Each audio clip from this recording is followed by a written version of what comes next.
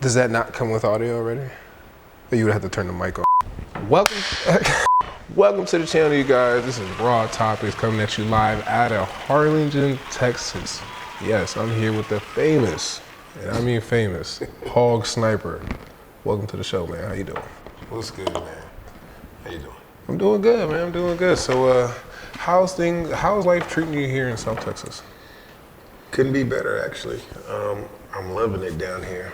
Really? Big difference from the East Coast and all the hustle and bustle and traffic and, you know, all that nonsense that they got going up there. Yeah. And the DMV. Yes. Nothing against the DMV, but after 16 years, oh, man. I'm done with 66, I'm done with 495, and I'm done with all the snow. Yes, if anybody knows you're from the DMV, man, drop a like. You understand how bipolar the weather can be, okay? Anybody knows. So you're getting into hunting down here. What else, man? Tell me a little bit about Hog Snyper. Yeah, Hog Snyper is basically an outdoor channel.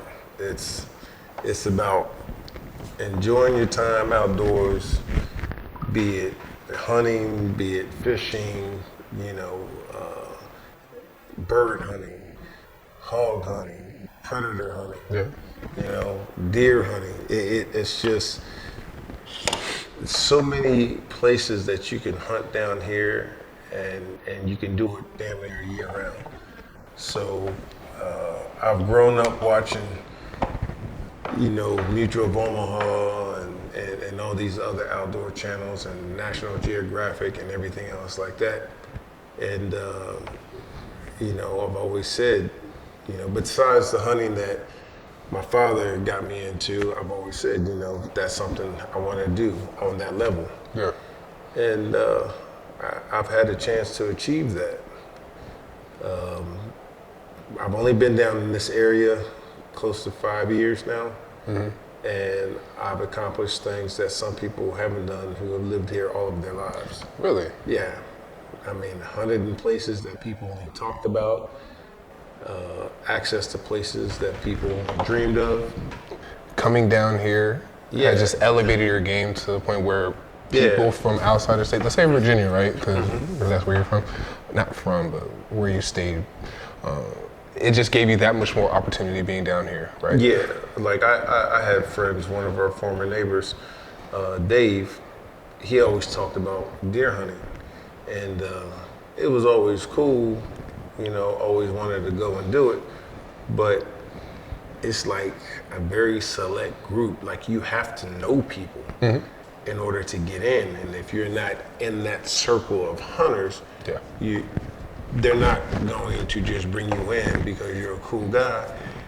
You have to know, you have to show interest, and they have to feel your vibe. Yeah. So there was no reason for him to invite me. Okay. So once I came down here, I had a colleague of mine that does a lot of stuff for law enforcement, and you know, we started doing stuff together. And he's like, man, I don't know how to repay you for all the help that you've given me and the company. I was like, you know what? Hunting. Hook me up with a hunt. That's sweet. And that's when he organized the hunt. I'll never forget the date, April 4th, 2018. 2018. My dad had just flew in, and we went up to Dayton, Texas, and he took us on a hog hunt. At night, using thermals. Thermal, so that's like when you can basically see at night? Yeah, so a lot of people, when you say thermal, they say, oh, night vision. No, it's not night vision. Night vision uses ambient light to enhance the picture. Thermal takes a thermal signature and creates a fluid picture. Video, and everything around us emits some type of heat signature. Sure. Be it hot or cold, or in between. Because we're all human beings at the end of the day, you hear me? So, it just takes that and puts it into a format that you can see and, you know, be able to zero scope to, and they can't escape the heat. The only thing about thermal is if the scope can't see through to pick up a heat signature of the object, like if it's heavy brush or something like that, if the scope can see through like a little window, it'll pick up a little white speck. And you can faintly see something moving, like, oh, I just picked up something. And then as it gets closer to the edge of the brush line, you can see the seat signature. But you can see a mouse or a frog hopping across the ground at like 2 or 3. A frog? Literally a frog. It's so small, so tiny, man. You've probably seen all sorts of things out there. So seeing as though you've seen a bunch of things, like what's one, like everybody has a story, right?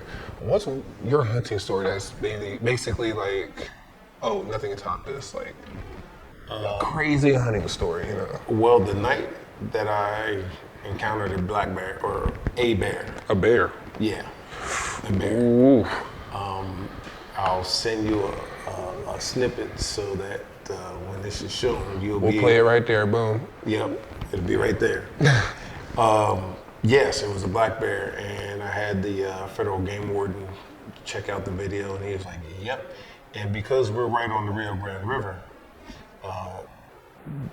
Brownsville area used to be heavily populated with bear. And I think this was around the early 1900s. Over time, they were displaced, either hunted or they just moved because of people moving in. So it's not uncommon, but it is uncommon to have seen a bear in Brownsville, where I saw it that night. And I could tell by the walk, by the shape, and how the hair, its fur was matted down, that it just came out of the water. Oh. And were you scared at any point? No, I wasn't scared. I was just super apprehensive because I didn't realize what the laws were, or did not know what the laws were as far as engaging a bear. Okay. Because some things like cougars, they're not native. You can take them out 24/7, 7 days a week, night or day. Yeah. Hogs, the same way. Nilgai, the same way. But I wasn't sure what the deal was with a bear. So I marked the spot on Google Maps and took a picture and sent the picture of the location, the time, and the video, and sent it to the game warden, and they were very appreciative of that because it's something that they need to track. Why is that something they would need to track, per se? Because they can get into livestock. They're like literally less than a mile away. You have a field with cattle in it. So I guess for farmers it can be catastrophic. Yeah. And it's just, when you have big animals like that can be aggressive, you need to know. Since I've been down here, I've had 4 requests for services for removing cougars. Cougars? Yes. Not the ones that walk on 2 feet. So you're telling me people can actually call you to basically exterminate animals that... Eradicate. Yeah, not exterminate. Eradicate animals that have not infested. That they're not native. They cause a problem. They just wreak havoc. Look, there are people who don't like hunting and people who don't understand. But people have to understand that hogs do $1.5 billion in damage annually nationwide, okay? And that in turn is transferred to the consumer because of lost corn, stuff not being produced as much, because when a hog sees the corn plant when it's small, they will go down an entire line, okay, and pick that little juicy, green, leafy little plant out and they'll go down. They would uproot it, right? They'll eat it up, and they'll go down the whole line. So hogs can do probably $200,000 or $300,000 worth Oh of my damage goodness! So overnight. in one night. Overnight. I mean, they can destroy like maybe 15, 20 acres of crop overnight. Because you have to understand, they have what's called a sounder. A sounder is a family of hogs. So it's the moms, it's the Plural. Yeah, it's the 2 or 3 boars, you know, that are protecting that group. But the multiple moms and the gestation period for hogs is about 3 to 4 months. So you figure from the time a hog is born, it can be sexually active or receptive at about 3 to 4 months of age. Wow. Yeah, so we're in a never-ending we're in a losing battle with hogs. And you have to maintain, you have to kill 80% of a group to keep the numbers from increasing. Increasing. Yeah, you got to kill 80% to keep them from increasing. Wow. Yeah, so, and listen, if you're listening to this and you're going to fact check me, some of my numbers might be off, but they're going to be damn close. No, we don't care, man. This is raw topics. We speak raw shit and it's real, okay? I don't want to hear none of that. Don't even come in the comments with none of that, okay? Raw. So, okay, he said it. But yeah, so that's why. So what I got into is I have a passion for hunting. I go 2 or 3 times a week, and it goes full circle.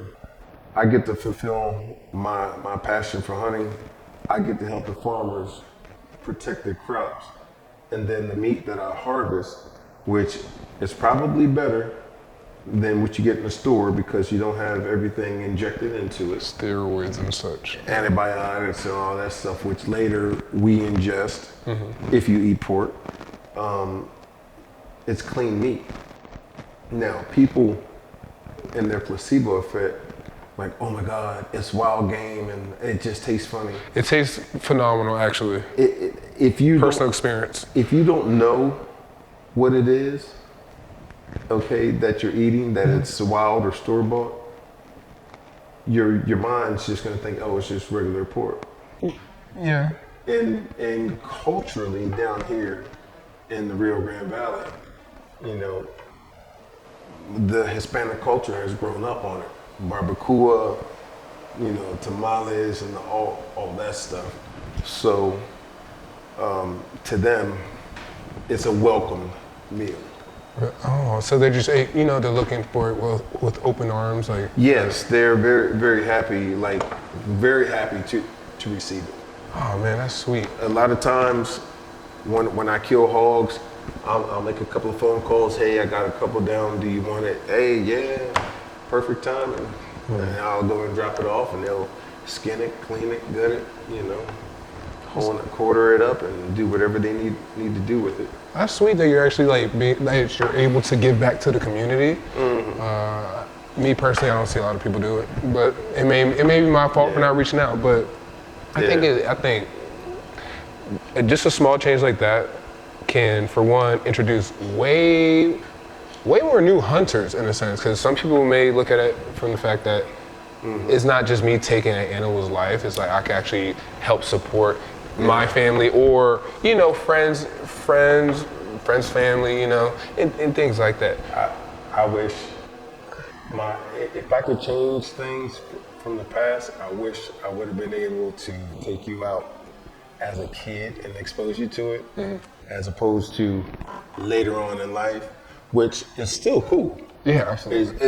It's still cool, but to have that experience like I did, because I was introduced to it at about 10 years of age, you know, man, to be here and have the opportunity to eventually buy land and then pass it down and keep it in the family, and then, you know, pass that knowledge, pass that hunting experience down, you know, it's generational wealth on many levels.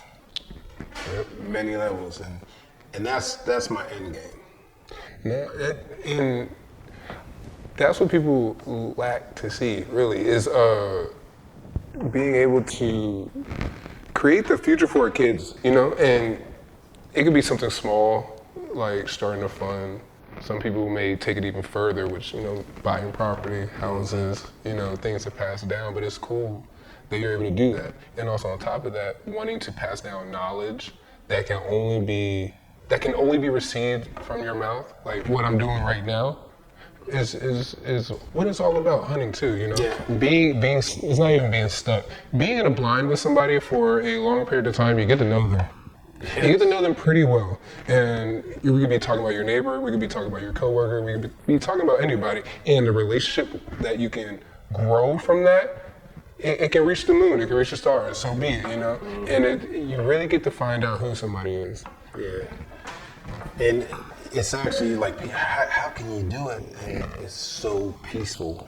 You know, with everything going on in society, we're not going to get into politics or anything like that, but with everything going on in society, to be able to have that escape and just decompress and just forget everything around you, and you just go out there and you smoke yourself a hog, you know, or a coyote, you know, that will terrorize, you know, livestock. They will terrorize deers, you know. They will mess with homeowners or landowners' dogs and stuff. You know, they gotta go. You know. Yeah. So to be able to have that win-win feeling. Oh. You know, if I was addicted to something, I would say hunting would be my addiction, my drug of choice. I like it.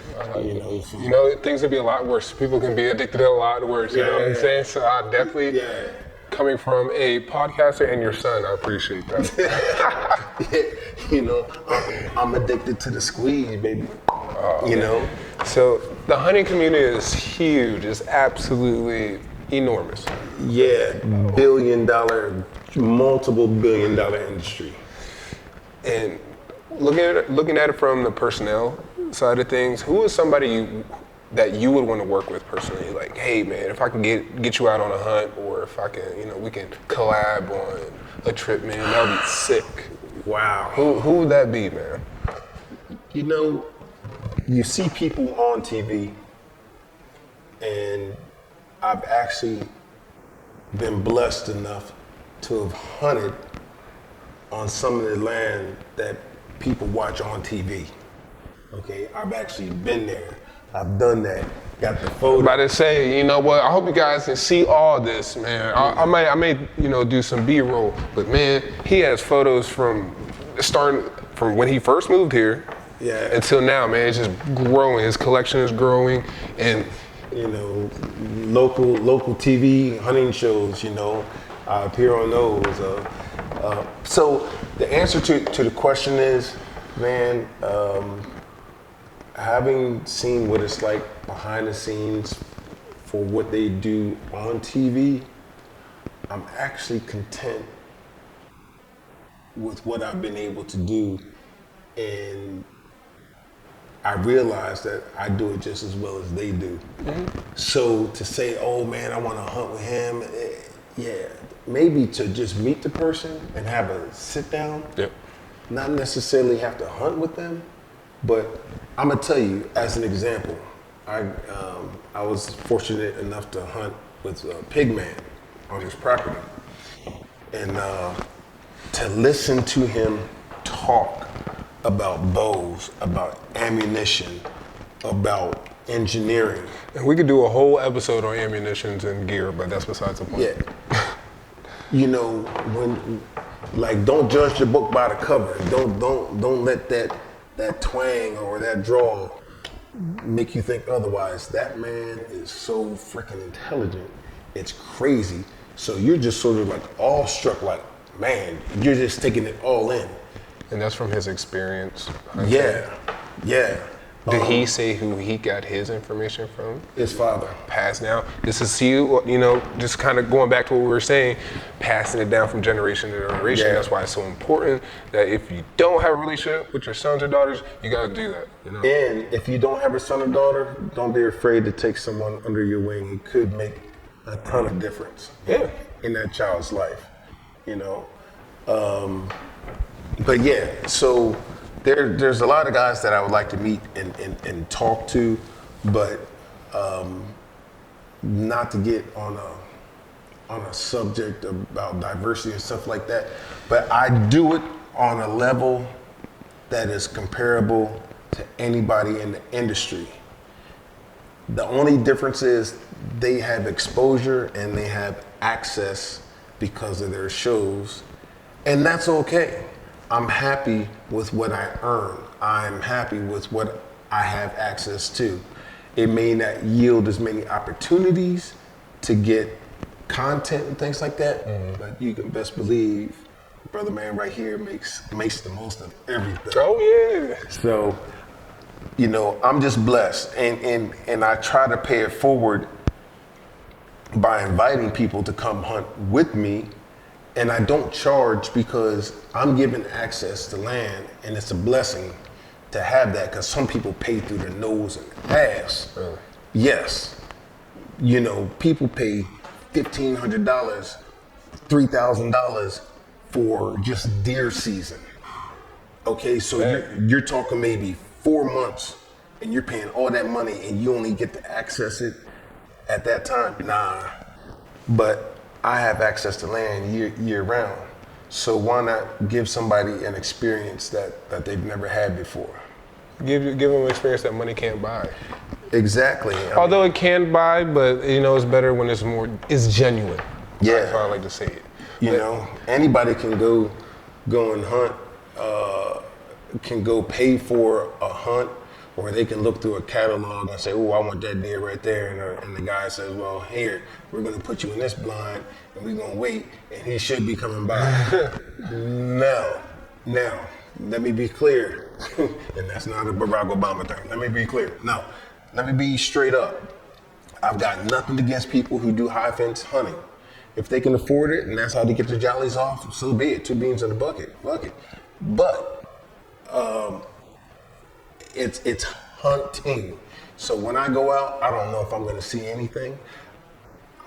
I could not see anything. I can see a whole bunch of stuff, you know, but that's the pleasure in going out, because that's the drive. When you know what's always gonna be there, you're not gonna care about it. But when you're sitting at home and you're not out there and you're wondering, damn, did he come out tonight? Did I miss him by half an hour? Am I gonna make it in time? It's like a cat and mouse game, right? Yeah, man. And that's what keeps the hunt alive. Hell yeah. Now, do I cheat? Yeah. It's called game camera. Yeah, it's called thermal. So when it turns night, Those are just tools. Those are just tools of the trade, in my opinion. when it becomes nighttime, it's daytime for these. Because with that thermal, you can't escape it. Really? You can't escape it.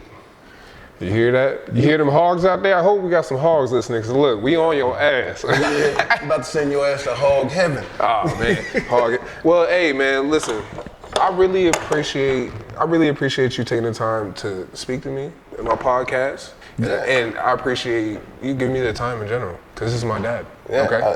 I love you, boy. I mean, I'd give you your skin off my back if I had to, you know? Look, man, this is gonna wrap up today's episode. Raw Topics, Hog Sniper. If you haven't checked him out, he got the gear right here. Hog Sniper. I'm wearing it also. Swagalicious, swagalicious. You guys, and where can they find you?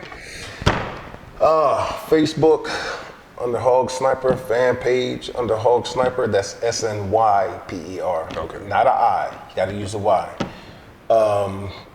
Instagram, you can find me at hog_sniper. And what else we got there? I think Instagram, Facebook. Instagram, Facebook. YouTube, man. That's about YouTube, definitely. Ooh, hey, speaking about some YouTube, man, we got a crazy episode coming up next. The promo is gonna drop on his page. Yes. I'm gonna go ahead and put the link in the bio. So y'all can check it out. Okay. Yep, we got big things coming. Y'all just stay tuned. All right. Yeah. Give him a piece.